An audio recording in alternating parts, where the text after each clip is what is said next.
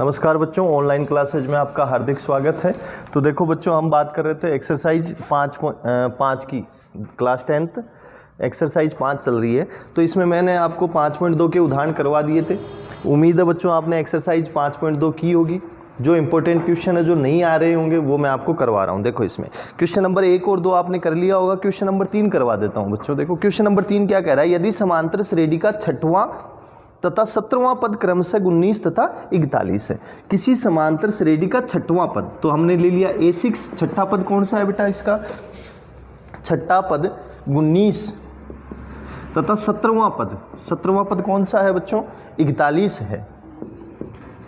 तो 40वां पद ज्ञात करो। कौन सा पद ज्ञात करना है हमें? 40वां पद ज्ञात करना है। तो अब समांतर श्रेणी है तो बेटा उसमें प्रथम पद भी होगा और सार्वय अंतर भी होगा। तो मान लिया हमने, माना प्रथम पद हमने A ले लिया, सार्वय अंतर हमने बच्चों, सार्वय अंतर हमने क्या ले लिया बेटा? D ले लिया। प्रथम पद हमने A ले लिया, सार्वय अंतर हमने बच्चों D ले लिया। अब बात करें, देखो इसमें A6 दे रखा है, तो n वां पद कैसे निकालते हैं हम? A + n-1 इंटू D से निकालते हैं।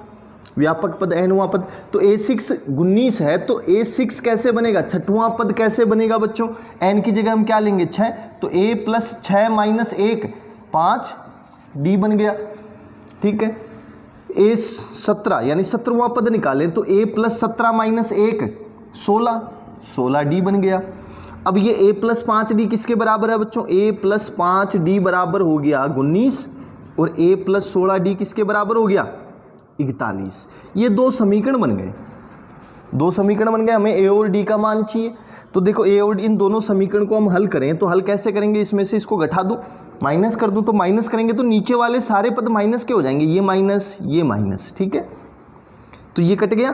5 में से देखो -16 करेंगे तो माइनस की संख्या बड़ी है। तो बेटा मैंने कहा था, जब अलग अलग चिन्ह के होते हैं तो सदैव बाकी होती है, समान चिन्ह के होते हैं तो सदैव योग होता है। तो अलग अलग चिन्ह के हैं, तो -16 + 5 कितने हो गए बेटा? -11D। और इधर देखो, इधर भी माइनस होगा, 19 में से तो घटेगा नहीं, तो 41 में से हमने क्या किया बेटा? 19 घटाया। पहली बात तो माइनस का आएगा क्योंकि बड़ा है। अब देखो इसमें से घटाओ तो कितना आएगा? 22। तो D बराबर कितना आया बेटा? -22 बट्टे -11 कट गया, कितना आया? 2 आ गया। D का मान आ गया, तो हम समीकरण 1 में रख दें। समीकरण 1 से, समीकरण 1 क्या है? A + 5D बराबर 19। तो A का मान कितना आया? D का मान कितना आया? 2। D का मान हम 2 रखें, D बराबर 2। तो D बराबर 2 रखेंगे तो 5 × 2 19। तो कितना बना बच्चों? 10 बराबर 19। तो A बराबर कितना आ गया? 9 आ गया। 19 - 10 कितना आ गया बेटा? 9। तो प्रथम पद आ गया हमारे पास में और सार्वय अंतर आ गया। क्या पूछा? 40वां पद पूछा है, तो A 40 क्या बन जाएगा? A + 40 - 1 into D। A कितना है बेटा? 9 39, D कितना है? 2। तो 9 प्लस गुणा करेंगे कितना आएगा बेटा? 78। जोड़ेंगे बेटा कितना बना? 87। इतना ही आएगा। तो ये हो गया बेटा 40वां पद। इसी के साथ में आपको क्वेश्चन नंबर 4 भी करवा देता हूं। देखो क्वेश्चन नंबर 4 क्या कह रहा है? ये कौन सा क्वेश्चन था? Question number 3। अब देखो क्वेश्चन नंबर 4,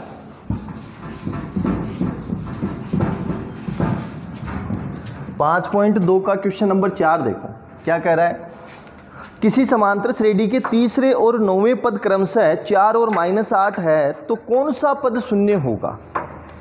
तीसरा और 9वां पद 4 और -8 है, तो तीसरा पद कौन सा है बेटा?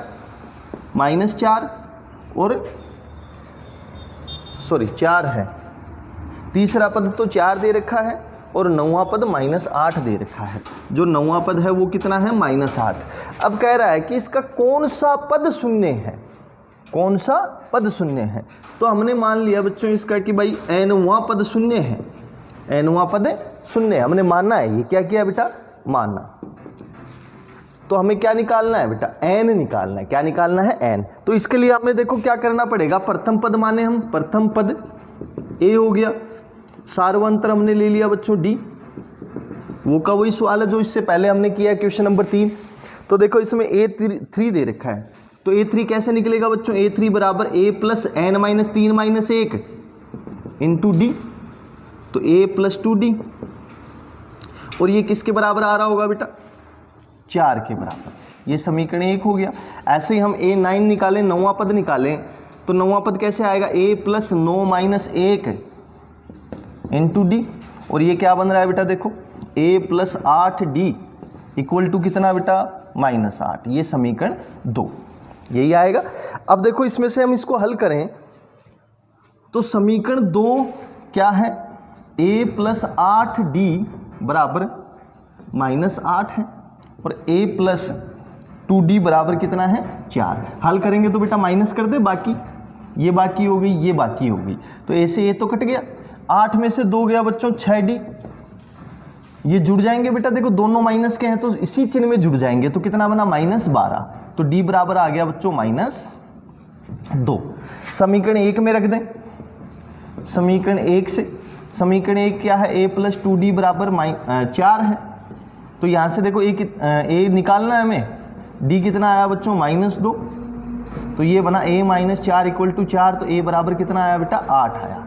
ठीक है, अब हमें पूछा कि इसका कौन सा पद शून्य है, तो हमने मान लिया बेटा इसका nवां पद शून्य है। कौन सा पद शून्य है, nवां पद। तो देखो इसमें nवां पद निकालें हम, nवां पद an बराबर क्या होगा बच्चों, A plus n minus 1 into d equal to 0, शून्य ले लिया हमने। तो देखो इधर A कितना आया बेटा, 8, n नहीं पता निकालना है, D कितना आया बच्चों, -2 बराबर 0। सरल करेंगे तो ये बनेगा बेटा 8, ये इससे गुणा हुआ, प्लस माइनस कितना हो गया, -2 गुणा n माइनस 1 बराबर 0। ये देखो पूरा माइनस का है, ये प्लस का, तो इसको इधर ले आऊं तो बेटा कितना बनेगा, 2n माइनस 1 बराबर 8, 2 को इधर ले जाए, गुणा में है तो इधर जाते भाग में हो जाएगा, n माइनस 1, तो 8/2 बराबर 4, तो n माइनस 1 बराबर 4, तो n बराबर कितना हो गया बच्चों, 5, यानी इसका 5वां पद क्या होगा बेटा, शून्य होगा। समझ पा रहे, देखो इधर। अब इसी तरीके से आप बेटा क्वेश्चन नंबर 5 और करवा देता हूं, किसी समांतर श्रेणी का तीसरा पद 16। अब देखो ये क्वेश्चन नंबर 4 हो गया, क्वेश्चन नंबर 5।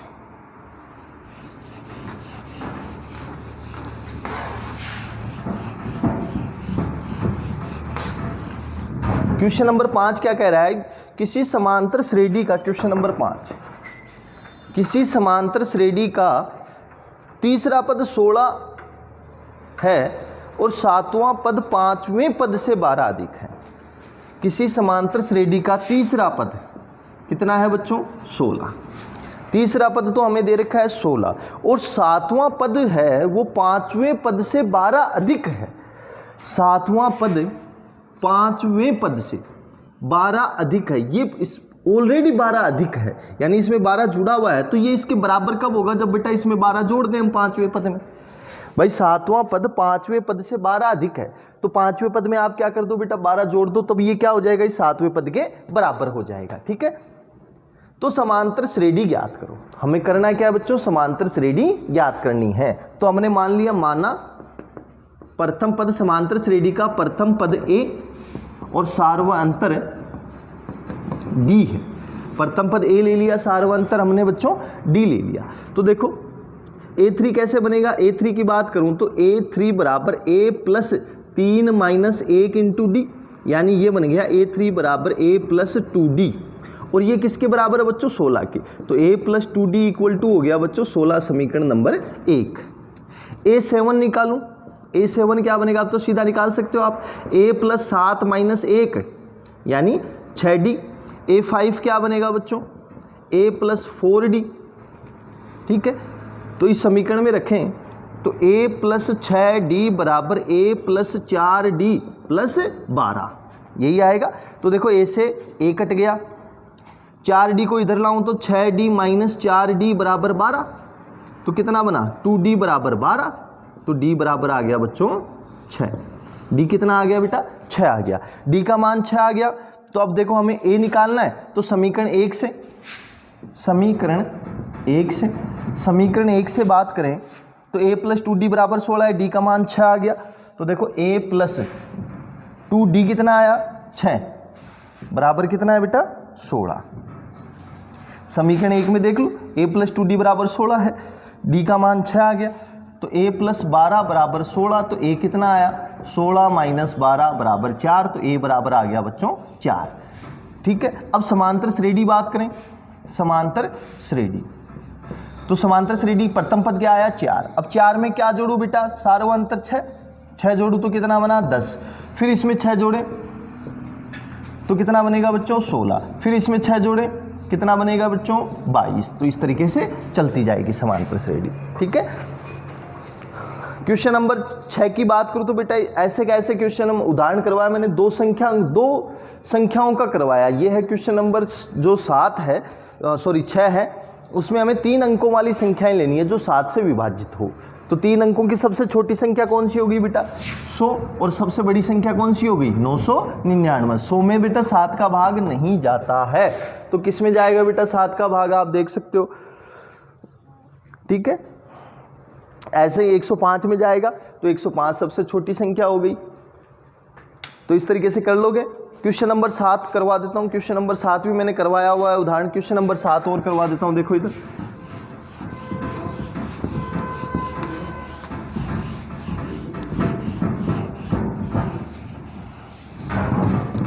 क्वेश्चन नंबर 7 की बात करें, क्वेश्चन नंबर 7 कह रहा है समांतर श्रेणी 10 7 4 -62 का अंतिम पद से 11वां पद ज्ञात करो। अंत से हमें कौन सा पद निकालना है बच्चों 11वां पद, तो अंत से 11वां पद ज्ञात करना है, अंत से 11वां पद ज्ञात करना है। तो देखो बेटा इसमें प्रथम पद a बराबर क्या बना 10, अंतिम पद l बराबर -62, यही बनेगा। सार्वं अंतर की बात करूं मैं 7 - 10 यानी -3 बन गया सार्वं अंतर। अंत से पद निकालना, अंत से nवां पद, अंत से nवां पद बराबर सूत्र बताया था मैंने क्या होता है l - n - 1 इंटू डी। अंत से nवां पद क्या होता है l - n - 1 इंटू डी होता है। ठीक है, तो देखो मान रखें इसमें l कितना है बच्चों -62 माइनस n, कौन सा पद निकालना है 11वां पद, तो n कितना हो गया बेटा 11 -1, d कितना है -3, रख दो इसमें मान, तो -62 -11 -1 कितना हुआ बेटा 10 -3। तो देखो सरल करेंगे इसको, कितना आएगा माइनस माइनस प्लस 10 तियाँ 30, तो कितना बना -32। तो अंत से 11वां पद कितना आएगा बेटा -32। ठीक है, तो इसी तरीके से कंप्लीट हो जाएगा। धन्यवाद।